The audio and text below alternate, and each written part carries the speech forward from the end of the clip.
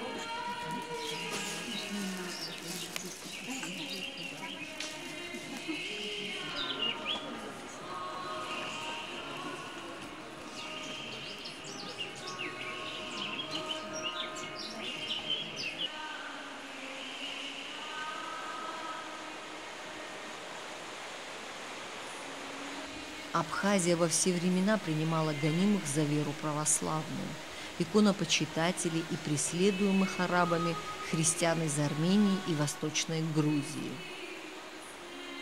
Есть предположение, что именно каманы абхазские будут укрывать от рук иконоборцев мировую христианскую святыню, честную главу Иоанна Крестителя, третье обретение которой произойдет здесь, в середине IX века. Длинная лестница из железных прутьев ведет в Каманские горы и упирается в маленький грот в скале.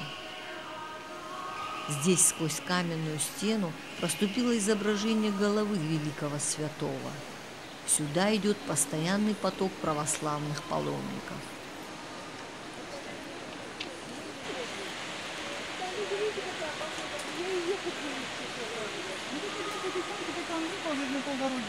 Да. А там вещи.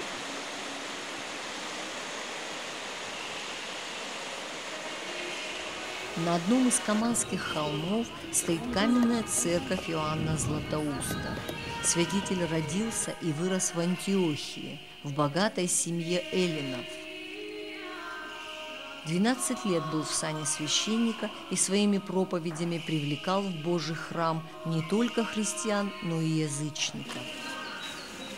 Чаще всего он говорил о любви и милосердии. Очень часто звучала в его речах тема «бедный и богатый». Он считал, что нищий не тот, кто не имеет, а тот, кто хочет иметь и не имеет. От человека не требуются чудеса, он всего лишь должен жить по 10 заповедям. В этом и заключается его подвиг. Златоуст имел обыкновение садиться среди народа на амвоне чтеца, и слушатели теснились вокруг. Его красноречие производило на людей огромное впечатление. Его называли устами Божьими, но одна простая женщина, слушая его проповедь, воскликнула: «Учитель духовный, Иоанн, золотые уста!» и с этих пор народ начал звать его Златоустом. Он заботился о благотворительности, учреждал больницы и убежища, требовал подвига от всех. Это вызывало недовольство у многих. Наветы врагов привели к тому, что он был низложен и осужден на ссылку в Армению, а через 2 года направлен в Петиунд. Однако не вынес тяжести пути и в местечке Каманы скончался. В ночь перед смертью во сне ему явился святой Василиск и произнес: «Мужайся, мой брат Иоанн, завтра мы будем вместе». Утром Златоуст вошел в церковь, облачился в полное церковное одеяние, провел литургию. Голос его стал ослабевать. «Слава Богу за все!» были последние его слова.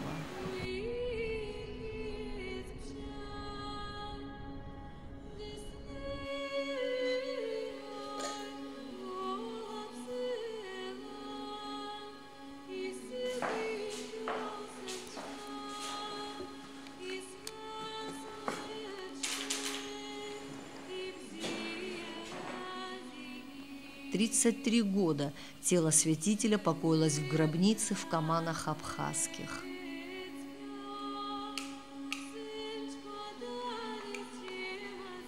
Затем было перенесено в Константинополь. А сегодня в Каманах стоит храм во имя его, а в левом пределе стоит та самая каменная гробница.